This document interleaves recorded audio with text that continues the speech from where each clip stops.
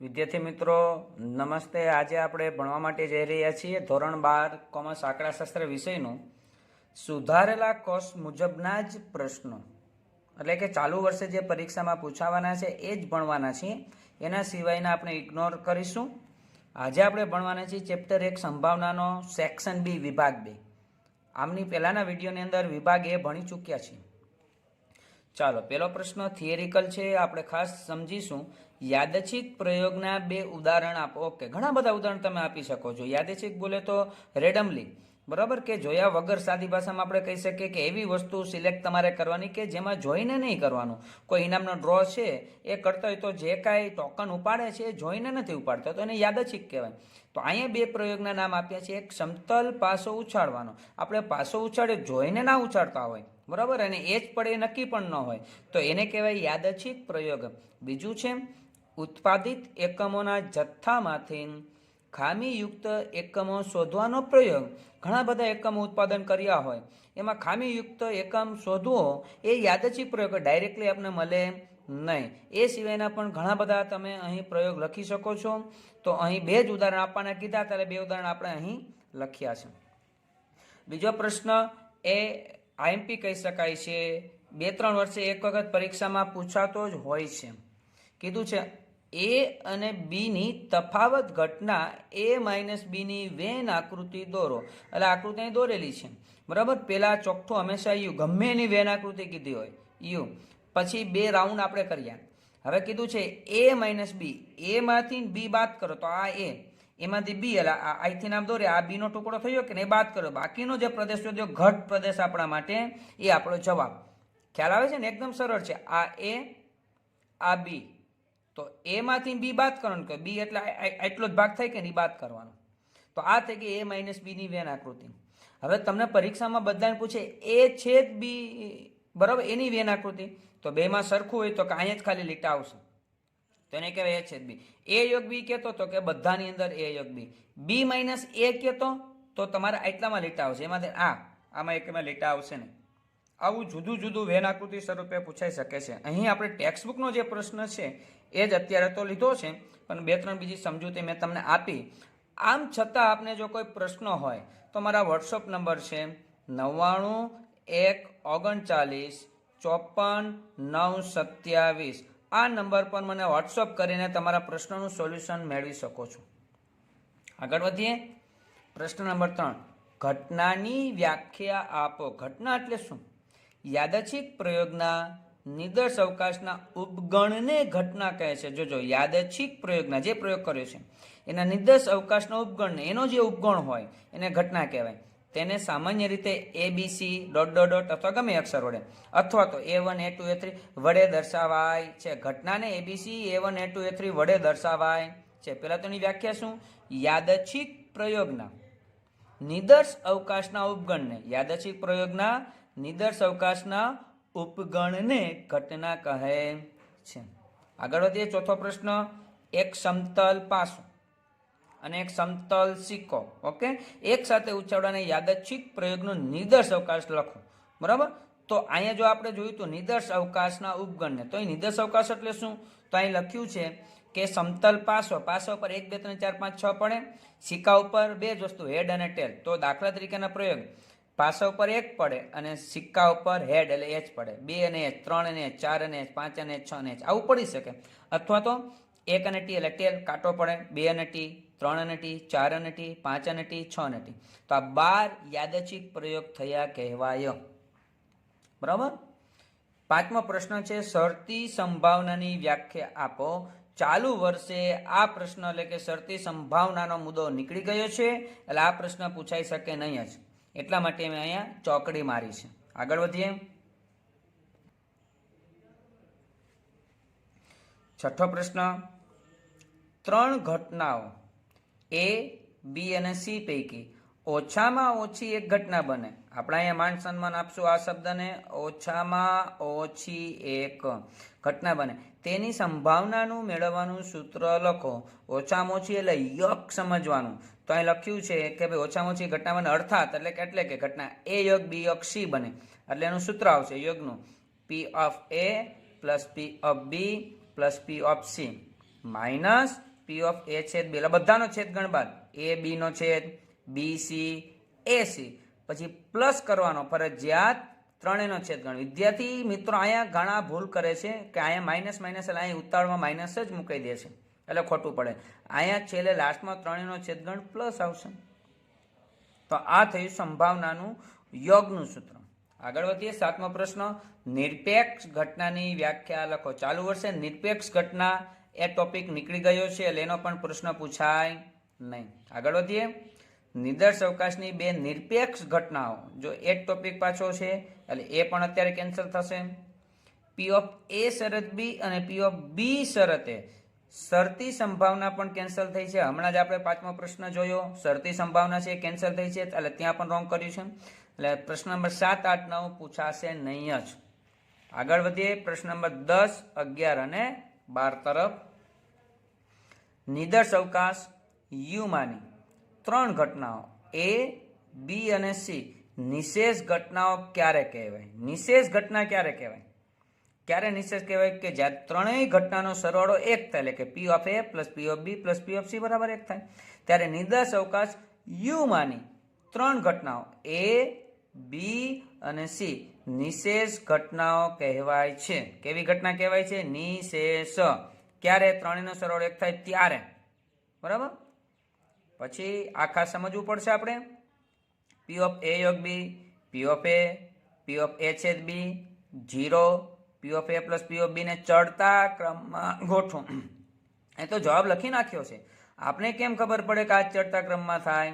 તો જસ્ટ ઉદાહરણ આપણે અહીં રફકામ કરીએ છીએ. બધા ખાસ ધ્યાન અહીં રાખજો આપ, કે માની લો કે યુની અંદર છે ને 1 થી 10 ઘટકો છે. બરાબર. એની અંદર છે ને 1, 2, 3 છે.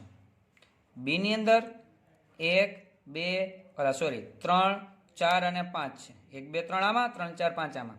હવે આ બધા જોઈએ તો 0 એટલે 0 પૂરું થયું. એ છેદ બી એની સંભાવના જોજો ખાસ. એ છેદ બી, એ અને બી માં સરખું કેટલા સભ્ય? તો કે 1 સભ્ય. 3 છે કે નહીં? એટલે એક જ સભ્ય કહેવાય ને. તો એ છેદ બી બરાબર, એનો જવાબ કેટલો આવે? પી ઓફ એ છેદ બી. એક જ ઘટક સરખું છે. કુલ પરિણામ કેટલા? 10. યુની અંદર 10 છે એટલે એની સંભાવના 1/10 આપણે યાદ રાખીશું. પછી એ, તો એની અંદર 3 ઘટકો છે, 1, 2, 3, અને એના છેદમાં કુલ પરિણામ એટલે કે પી ઓફ એ બરાબર 3/10. એટલે આ આપણે યાદ રહે એટલા માટે 0.1 અને 0.3 કહેવાય. આગળ વધીએ. પી ઓફ એ યોગ બી, યોગ એટલે બધું લઈ લેવાનું. 1, 2, 3, 3 આવી ગયા, 4, 5, તો 1 થી 5. પી ઓફ એ યોગ બી બરાબર 5 સભ્યો છે યોગની અંદર, 5/10 એટલે કે 0.5. બરાબર. ત્યારબાદ આપણે ચડતા ક્રમમાં લખ્યું છે એ અને બી નો સરવાળો. બરાબર. તો એની સંભાવના 3/10, બી ની પણ 3/10, 3 ને 3 6, 6/10 એટલે 0.6. હવે આપણે ખ્યાલ આવે કે ચડતા ક્રમમાં શા માટે આ રીતે લખ્યું છે? પહેલા 0 એટલે તો 0 નાનું જોઈએ, પછી છેદ એટલે 0.1, એ એટલે 0.3, આ 0.5 અને આ 0. ચડતા ક્રમમાં થયું કે નહીં? તો તમને તો આમે જવાબ પડતી, તમારે પહેલા એની સંભાવના આડાવડી અહીં થશે, પણ પછી એને ક્રમમાં ગોઠવવાની. તમે ઉદાહરણ તરીકે કોઈ પણ વસ્તુ પરીક્ષામાં ધારી શકો છો. અથવા તો જો આ જ બેઠો કોપી પેસ્ટ પ્રશ્ન પૂછાય તો આપણે યાદ રહેવો જોઈએ. બરાબર. કારણ કે થિયરી અને એકમાંના પ્રશ્નો જે છે એ આપણે વારંવાર પ્રેક્ટિસ કરવી પડશે. આમ છતાં આપણે જો પ્રશ્ન હોય તો મેં આની પહેલાં પણ કહ્યું કે મારા વોટ્સઅપ નંબર છે 99-139-54-927 પર મને વોટ્સઅપ કરો. તમારા પ્રશ્નનું 100% સોલ્યુશન થાય એવો પ્રયત્ન આપણે કરીશું. 12મા પ્રશ્નમાં છે વ્યાખ્યાઓ આપો. હવે વ્યાખ્યા આપણે અહીંયા સમજવાના છીએ. 6-7 વ્યાખ્યાઓ છે. પહેલી છે યાદચ્છિક પ્રયોગ. કોને કહેવાય? જે પ્રયોગનું નિરપેક્ષ રીતે સમાન સંજોગોમાં પુનરાવર્તન કરી શકાતું હોય, એટલે કે વારંવાર, અને તે પ્રયોગના બધા જ શક્ય પરિણામો જ્ઞાત હોય. જ્ઞાત એટલે જાણતા હોય. ગંજી પત્તો હોય તો એના 52 પત્તા આપણે ખબર છે કે આ જ 52 પત્તામાંથી આવશે, 53નું પત્તું છે જ નહીં, એટલે જ્ઞાત હોય, જાણતા હોય. પરંતુ કયું ચોક્કસ પરિણામ મળશે તેનું નિશ્ચિત અનુમાન પ્રયોગ પહેલા કરી શકાતું ના હોય. સિક્કો ઉછળ તો આપણે ખબર હોય હેડ આવશે કે ટેલ આવશે, પણ કયું આવશે ને નક્કી ના કહી શકાય. હેડ જ આવશે એવું ના કહી શકાય, ટેલ જ આવશે એવું કહી શકાય નહીં. તેવા પ્રયોગને યાદચ્છિક પ્રયોગ કહેવાય છે. પરિણામો ખબર હોય, જ્ઞાત હોય, પણ નિશ્ચિત અનુમાન પ્રયોગ પહેલા કરી શકાતું નથી. થી તેને કેવું કહેવાય? યાદચ્છિક પ્રયોગ. આ પહેલી વ્યાખ્યા. આગળ વધીએ સેકન્ડ. નિદર્શ અવકાશ કોઈ પણ યાદચ્છિક પ્રયોગના શક્ય તમામ પરિણામોના ગણને, જોજો નિદર્શ અવકાશ કોને કહેવાય? કોઈ પણ યાદચ્છિક પ્રયોગ હોય એના બધા જ પરિણામોના ગણ, તે યાદચ્છિક પ્રયોગનો નિદર્શ અવકાશ કહેવામાં આવે છે. તેને સંકેતમાં યુ અથવા એસ વડે દર્શાવે. શેના વડે? યુ અથવા તો એસ. મોટે ભાગે આપણે યુ તરીકે જ કહીએ છીએ, પણ પરીક્ષામાં આપણે યાદ રાખીશું એમસીક્યુ કે એકમાંના પ્રશ્ન તરીકે કે નિર્દેશ અવકાશને એસ તરીકે પણ ઓળખવામાં આવે છે. સમસંભાવી ઘટનાઓ કોઈ યાદચ્છિક પ્રયોગના નિર્દેશ અવકાશની બે કે તેથી વધુ ઘટનાઓ પૈકી એક ઘટના બનવાની શક્યતા બીજી કોઈ પણ ઘટના બનવાની શક્યતા કરતા વધુ કે ઓછી હોવાનું કોઈ દેખીતું કારણ ન હોય. આપણે યાદ રાખીશું ખાસ. આ જોજો, કોઈ યાદચ્છિક પ્રયોગના નિર્દેશ અવકાશની, ઉપરની બે વ્યાખ્યાનો શબ્દનો સમાવેશ થઈ ગયો. યાદચ્છિક પ્રયોગ અને નિર્દેશ અવકાશની બે કે તેથી વધુ ઘટનાઓ પૈકી એક ઘટના બનવાની શક્યતા બીજી કોઈ પણ ઘટના બનવાની શક્યતા કરતા વધુ કે ઓછી હોવાનું કોઈ દેખીતું કારણ ન હોય. પેલી ઘટના કરતા બીજી ઘટના વધુ બનતી હોય અથવા તો ઓછી બનતી હોય, પણ એ બને છે એનું કોઈ દેખીતું કારણ નહીં, આને કારણે જ બને છે, તેવી ઘટનાઓને સમસંભાવી ઘટનાઓ કહેવાય છે. આપણે યાદ રાખીશું એ પણ વ્યાખ્યા નંબર 4. સાનુકૂળ પરિણામો કોને કહેવાય? કોઈ યાદચ્છિક પ્રયોગના નિર્દેશ અવકાશના પ્રાથમિક પરિણામો પૈકી જે પરિણામો કોઈ ઘટના એ બની છે, કોઈ પરિણામ એ બની છે તેનો નિર્દેશ કરતો હોય તો તેવા પરિણામ ઘટના એ બને તેના સાનુકૂળ પરિણામો કહેવાય. હું દાખલા તરીકે એમ કહું કે ગંજી પત્તો છે એ રમતા મને એ 3 એકા આવે, તો એ જે 3 એકા છે એ મારી સાનુકૂળ પરિણામો કહેવાય. કુલ પરિણામ 52 પણ સાનુકૂળ પરિણામ 3 જ છે. 3 એકા જે હું બોલ્યો છે તો એ ઘટના એ ધારી હોય તો એને સાનુકૂળ પરિણામ કહે છે. હવે છે સંભાવનાની વ્યાખ્યા, જે ચેપ્ટર કહી શકાય છે, માટે આ વ્યાખ્યા આઈએમપી કહી શકાય છે. ચેપ્ટરનું નામ છે તો આપણે ખ્યાલ હોવો જ જોઈએ. અને આ સંભાવનાની ગાણિતિક વ્યાખ્યા છે. ઓકે, ચાલો નીચે તમને દેખાય છે સંભાવનાની આંકડાશાસ્ત્રી વ્યાખ્યા, જે ચાલુ વર્ષે કોર્સમાંથી કેન્સલ કરવામાં આવેલ છે. એટલે એ આંકડાશાસ્ત્રી વ્યાખ્યા કરવાની જ નથી, સંભાવનાની ફક્ત ગાણિતિક વ્યાખ્યા જ કરવાની રહેશે. વ્યાખ્યા છે ધારો કે, જો આશ્ચર્યમ, કોઈ વ્યાખ્યા ક્યારે અત્યાર સુધીમાં તમે ધારો કેથી શરૂ થતી જોઈ હશે નહીં, પણ અહીંયા વ્યાખ્યા ધારો કેથી શરૂ થાય છે. એટલે આપણે યાદ રાખીશું, ધારો કે કોઈ યાદચ્છિક પ્રયોગના શાંત નિર્દેશ અવકાશ, યાદચ્છિક પ્રયોગના શાંત નિર્દેશ અવકાશ યુના પરસ્પર નિવારક, નિશેષ અને સમસંભાવી પરિણામોની કુલ સંખ્યા n છે. અહીંયા સુધી ફરીથી આપણે સમજીએ શું કહે છે. ધારો કે કોઈ યાદચ્છિક પ્રયોગના શાંત નિર્દેશ અવકાશ, શાંત એટલે ફિક્સ છે, બરાબર, અવકાશ યુના પરસ્પર કેવા પરિણામો? 3 શબ્દ યાદ રાખીશું, નિવારક, નિશેષ અને સમસંભાવી પરિણામોની કુલ સંખ્યા કેટલી હોય? n છે. આગળ વધે, તે પૈકી m પરિણામો, કુલ સંખ્યા n, તે પૈકી m પરિણામો કોઈ ઘટના એ બનવા માટે સાનુકૂળ હોય, એટલે અમુક પરિણામ સાનુકૂળ હોય તો તે ઘટના એની સંભાવના mના છેદમાં n થાય, mના છેદમાં n થાય.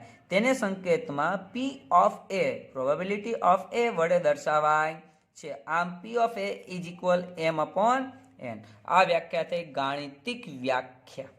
આપણે ખાસ પાકી કરીશું. સંભાવનાની ગાણિતિક વ્યાખ્યા લખો તો આ જ વ્યાખ્યા આપણે લખવાની થશે. પ્રશ્ન નંબર 6 ની વ્યાખ્યા નીકળી ગઈ છે, અગાઉ આપણે વાત કરી, કારણ કે આંકડાશાસ્ત્રી વ્યાખ્યા છે. આંકડાશાસ્ત્રી વ્યાખ્યા નામનો ટોપિક નીકળી ગયેલો છે, રદ થયેલ છે. આગળ વધીએ. અશક્ય ઘટના યાદચ્છિક પ્રયોગના નિર્દેશ અવકાશના વિશિષ્ટ ઉપગણ ફાઈ અથવા તો ખાલી ગણ, આ બંને એક જ છે પણ લખવાની રીત જુદી છે. ને અશક્ય ઘટના, કે કોઈ ઘટના બનવાની જ નથી, દાખલા તરીકે એને અશક્ય ઘટના કહે, અથવા જેની સંભાવના ફાઈ આવે છે, ખાલી ગણ, એની અશક્ય ઘટના છે, બરાબર. ચોક્કસ ઘટના કઈ? તો યાદચ્છિક પ્રયોગના નિર્દેશ અવકાશના વિશિષ્ટ ઉપગણ યુને, ચોક્કસ ઘટના કહે છે. એટલે કે એ ઘટના બને જ છે, એને કહેવાય ચોક્કસ ઘટના. આગળ વધીએ. પ્રશ્ન નંબર 13. નિર્દેશ અવકાશની બે ઘટના એ અને બી માટે a છેદ b બરાબર 5 છે. ઓકે, ખાલી ગણ છે. અને એ યોગ બી બરાબર યુ છે. ઓકે, તો પી ઓફ એ છેદ બી પી ઓફ એ યોગ બી ની કિંમત જણાવો. હવે જો ખાલી ગણ હોય છેદગણ એટલે સમજી લેવાનું એ નિવારક ઘટના છે, અને યોગ જો યુ હોય તો સમજી લેવાનું કે નિષેધ ઘટના છે. નિવારક ઘટના એટલે છેદગણ ખાલી ગણ જ હોય, અને નિષેધ ઘટના હોય તો યોગગણ હંમેશા યુ જ હોય. આ યોગગણ, આ યુની નિશાની. તો લખ્યું એ છેદ બી બરાબર 5 અને એ યોગ બી બરાબર યુ છે. તેથી છેદગણ હંમેશા કેવો થાય? 0 જ થાય, કારણ કે ખાલી ગણ છે. ખાલી ગણ એટલે 0. અને યોગગણ હંમેશા 1 થાય, કારણ કે યુ અને એના છેદમાં કુલ પરિણામ એટલે યુ જ આવે. યુના છેદમાં યુ એટલે 1 થાય. એટલે જ્યારે નિવારક ઘટના હોય ત્યારે છેદગણ 0 થાય, અને નિષેધ ઘટના હોય ત્યારે સરવાળો એનો યોગગણ 1 થશે. બરાબર. 14મો પ્રશ્ન કેન્સલ છે, કારણ કે તમે શબ્દ જોઈ શકો નિરપેક્ષ ઘટનાઓ. નિરપેક્ષ નામનો ટોપિક નીકળી ગયેલ છે, રદ થયેલ છે. આગળ વધીએ. 15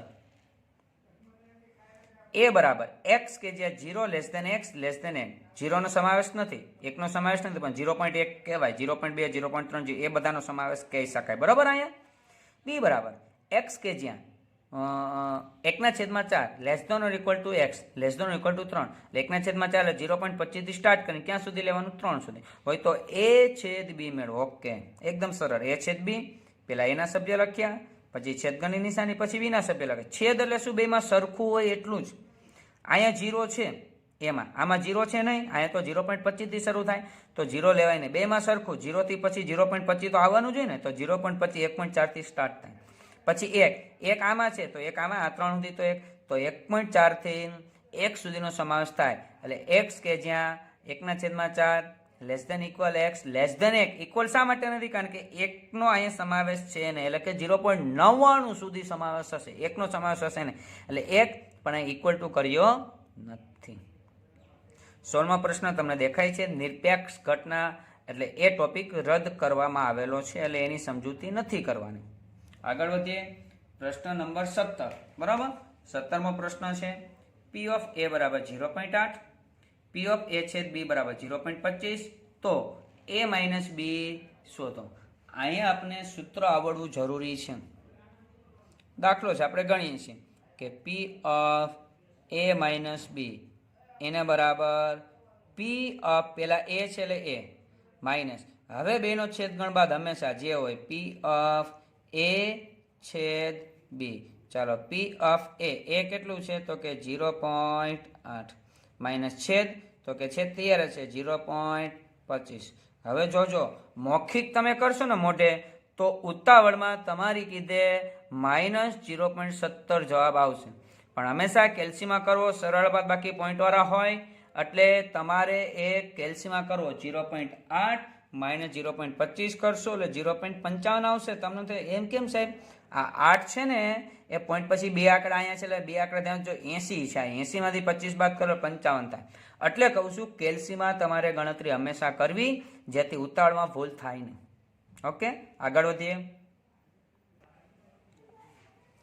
પ્રશ્ન નંબર 18. જો પી ઓફ એ બરાબર 0.3 અને પછી છેદ આપ્યો, પછી કહ્યું છે પી ઓફ બી શરત એ, તો શરતી સંભાવનાના દાખલા કેન્સલ થયા છે, એટલા માટે મેં ચોકડી મારી છે. એટલે આ પ્રશ્ન પણ તમારે કરવાનો થશે નહીં. આગળ વધીએ. 19મો પ્રશ્ન.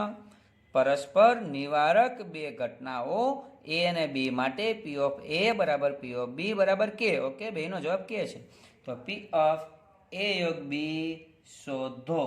ઓકે, હવે અહીંયા કેવી ઘટના કીધી છે? નિવારક ઘટના. બરાબર. તો અહીં લખી શકાય અહીં પી ઓફ એ છેદ બી બરાબર 0, કારણ કે નિવારક છે. તેથી આપણે લખી શકીએ કે પી ઓફ એ યોગ બી એને બરાબર P of A plus P of B minus P of A છેદ બી આવશે નહીં. બરાબર, કારણ કે નિવારક ઘટના છે. ચાલો, એ કેટલું છે? તો કે કે. બી પણ કેટલું છે? તો કે કે પ્લસ કે એટલે કેટલા થશે? 2k. હું નહીં કહું. બરાબર, 2k થશે. એકદમ સરળ છે. 20મો છે. પી ઓફ એ ડેશ છેદ બી. ઓકે, બરાબર 0.45. આગળ વધીએ. એ છેદ બી બરાબર 5. ઓકે, આગળ વધીએ. તો પી ઓફ બી શોધો. ચાલો, આનું આપણે સૂત્ર મૂકીશું. પી ઓફ એ ડેશ છેદ બી એના બરાબર. આનું સૂત્ર શું થાય તો આપને બધાને ખ્યાલ હશે. આ બેમાંથી આખી કિંમત પેલા આવે તો આ ડેશ છે, આ બી એટલે આખી કિંમત આ કહેવાય, આ પૂરક ગણ કહેવાય. તો પેલા બી આવશે બી માઇનસ બંનેનો છેદગણ પી એ છેદ બી. સૂત્ર આવડવા જરૂરી છે. ચાલો આનો જવાબ તમને ખબર છે કેટલો છે તો કે 0.45. એ ડેશ છેદ બી નો જવાબ છે 0.45. બી આપણી પાસે છે નથી, એ તો શોધવાનું છે. આ બી માઇનસ છેદ કેટલું છે તો કે ખાલી ગણ છે. ખાલી ગણ એટલે કેટલો આવે 0. તો 0 ને કહેવાય ને તો પી ઓફ બી બરાબર જવાબ ડાયરેક્ટ આવી જ ગયો તમારે કે ભાઈ પી ઓફ બી બરાબર 0.45. આગળ વધીએ. પ્રશ્ન નંબર 21. નિર્દર્શ અવકાશની બે ઘટનાઓ એ અને બી પરસ્પર નિવારક અને નિશેષ છે. જોજો કયો ટોપિક નીકળી ગયો છે? નિરપેક્ષ નામનો ટોપિક નીકળી ગયો છે. બધાનો આગળ આવે છે. અહીંયા નિવારક છે, આ ટોપિક છે, નિશેષ છે પણ ટોપિક છે જ, એ નીકળ્યું નથી, રદ નથી થયું, એટલે કરવાનો છે. નિરપેક્ષ જ્યાં શબ્દ આવે ને એ ટોપિક રદ કરવામાં આવ્યો છે, એ પણ આપણે ખાસ ધ્યાન રાખીશું. તો પી ઓફ એ બરાબર 1/3 હોય તો પી ઓફ બી શોધો. ઓકે, ચાલો હવે આપણે જોઈશું કે જો નિવારક હોય, અહીં કહ્યું છે નિવારક છે, નિશેષ છે, એટલે બંને ઘટનાનો સરવાળો 1 થાય તો અહીં લખી શકીએ P of A plus P of B બરાબર 1. બરાબર, શા માટે 1 તો કે સરવાળો 1 થાય, નિવારક છે. એની સંભાવના તમને આપી 1/3. આ પી ઓફ બી બરાબર 1. આ પ્લસ છે, સામે જાય તો માઇનસ. આ પી ઓફ બી બરાબર 1 - 1/3. ચાલો આપણે સાદું રૂપ આપીએ. 3 × 1 = 3, 3 માંથી 1 જાય તો 2, 2/3. પી ઓફ બી બરાબર 2/3. આગળ વધીએ. 22મો પ્રશ્ન. એક સમૂહના 2% એકમો ખામીવાળા છે. ઓકે, તો 98% ખામીવાળા નહીં હોય. આ સમૂહમાંથી યાદચ્છિક રીતે પસંદ કરેલ એક એકમ ખામી રહિત હોય, જોજો એટલે ખામી વગરનો હોય, તેની સંભાવના કેટલી થાય? તો આપણે જે શોધવું છે એ વસ્તુ આપણે ખાસ જોશું. આ ખામી રહિત આપણે આપેલું છે ખામી વાળું, તો આપણે ધારી લઈએ, તમે ધારી શકશો. એ બરાબર વસ્તુ ખામીવાળી હોય તે ઘટના, વસ્તુ ખામીવાળી હોય તે ઘટના, ખામીવાળી હોય તે ઘટના. બરાબર, હવે મારે જોઈશે ખામી રહિત, તો એને એ ડેશ કહેવાય કે ન કહેવાય?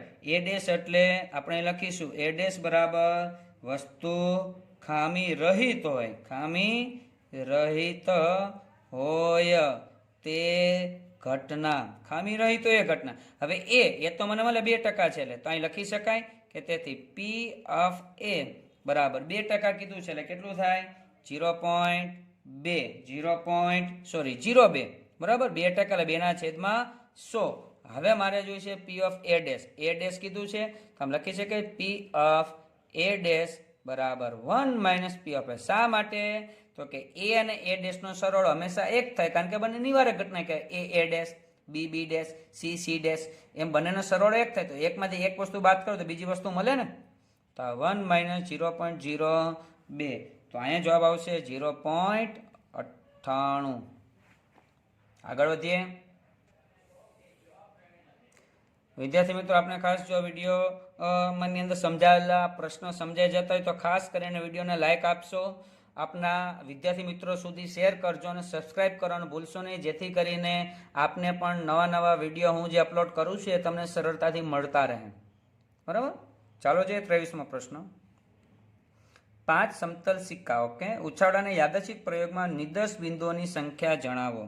તો નિર્દર્શ બિંદુઓની સંખ્યા કેટલી થાય? નિર્દર્શ બિંદુઓની સંખ્યા આપણે ધ્યાન રાખીશું કે સિક્કા કેટલા છે, સિક્કાની સંખ્યા હું અહીં લખું છું એક વખત અહીંયા પરિણામની સંખ્યા અને એની n ઘાત, એના પરિણામ. બરાબર, હવે અહીં સિક્કા કેટલા છે તો કે 5. સિક્કાના બે જ પરિણામ, હેડ અને ટેલ, એટલે 5નો વર્ગ. બરાબર, એટલે સોરી, અહીંયા પરિણામની સંખ્યા 2 આવશે. સિક્કા n એટલે કેટલા સિક્કા છે? 5. 2 ની 5 ઘાત, 2 ની 5 ઘાત એટલે કેટલા થશે? 32. જવાબ આવશે 32. ફરીથી એક સમજી લઈએ મારી ભૂલને કારણે કે અહીંયા આવશે પરિણામની સંખ્યા, તો પરિણામ કેટલા? હેડ અને ટેલ એટલે 2, અને અહીંયા n એટલે કેટલા સિક્કા છે અથવા કેટલી વખત ઉછાળવામાં આવે છે. જો એક સિક્કો હોય તો પરિણામ તો 2 જ આવશે, 5 સિક્કા હોય તો પરિણામ તો 2 જ આવશે, એડ અને ટેડ. પણ અહીંયા સિક્કાની સંખ્યા દાખલા કે 5 તો એમ કે એક જ સિક્કો 5 વખત ઉછાળે છે, એટલે એને એટલે 5 વખત ઉછાળવામાં આવે છે. 2 ની 5 ઘાત એટલે જવાબ કેટલો થશે? 32. એક સમતલ સિક્કો અને 2 સમતલ પાસા એક સાથે ઉછાળવાની યાદચ્છિક પ્રયોગના નિર્દેશ બિંદુઓની સંખ્યા લખો. ઓકે, અહીંયા પણ એ જ છે, નિર્દેશ બિંદુઓ, નિર્દેશ બિંદુઓની સંખ્યા, નિર્દેશ બિંદુઓની સંખ્યા. હવે પહેલા વાળા સિક્કો, સિક્કાના કેટલા પરિણામ? 2. હવે એક જ સિક્કો છે એટલે એક વખત ઉછાળો 1 ઘાત આવે, બરાબર, એને ગુણ્યા પાસાના પરિણામ કેટલા આવે? 6. પરિણામ અહીંયા આવશે, બરાબર, સંખ્યા અહીંયા આવશે. અને એની ઉપર કેટલા પાસા છે? તો કે 2, બરાબર. ચાલો 2 ના 1 ઘાત એટલે 2, 6 નો વર્ગ 36. તો 36 દુ કેટલા મળશે? 72. નિર્દેશ બિંદુની સંખ્યા 72 થશે. આગળ વધીએ. નિર્દેશ અવકાશની 2 ઘટના એ અને બી માટે પી ઓફ એ આપી દીધું છે, એ યોગ બી આપ્યું છે. શક્ય છે? કારણ આપો. એ 0.7, 7 એટલે પોઈન્ટ પછી જો અહીંયા 2 આંકડા તો 2 આંકડા 70 સમજવાના. હું બ્લુ પેન છે, આ બ્લેક છે, આ બ્લુ દેખાશે તમને 2 જુદું છે. એટલે આ રીતે આપણે મગજમાં ફિટ હોવું જોઈએ. કા 7 એટલે 70 છે અને 0.45 યોગ 45, તો કારણ આપો. આવું શક્ય છે? ના. શું કામ? એને એ કરતા યોગ હંમેશા મોટું જ હોય, કારણ કે એ અને બી બધું લીધું. આ તો જો 70 કરતા 45 નાના થાય, એટલે લખ્યું છે યોગ હંમેશા એ કરતા મોટું હોય. એટલે આ શક્ય નથી, કારણ કે અહીં યોગ કરતા એ મોટું બતાવેલું છે. એકદમ સરળ કારણ.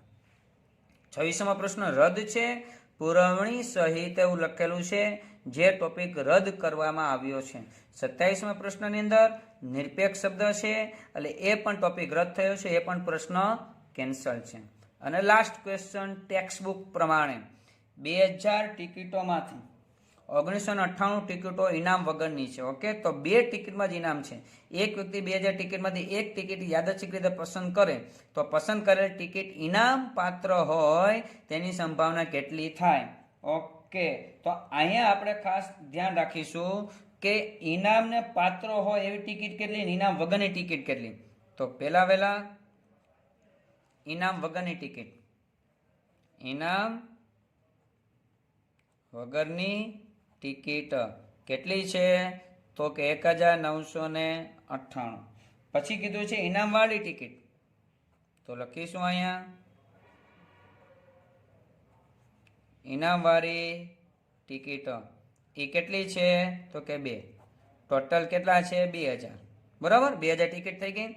હવે મારે સંભાવના જોઈએ છે ઇનામ વાળી ટિકિટ, એ ઘટનાને આપણે એ કહીએ. એ બરાબર પસંદ કરેલ ટિકિટ ઇનામ વાળી હોય તે ઘટના. એના સાનુકૂળ પરિણામો કેટલા છે? તો કે 2. તો પી ઓફ એ બરાબર m/n, એટલે કે 2 ના છેદમાં કુલ પરિણામ 2000. છેદ ઉડે છે, 2 × 2 એટલે 2 ના છેદમાં 1000. તો 0.001 મૂકો તો પણ ચાલશે.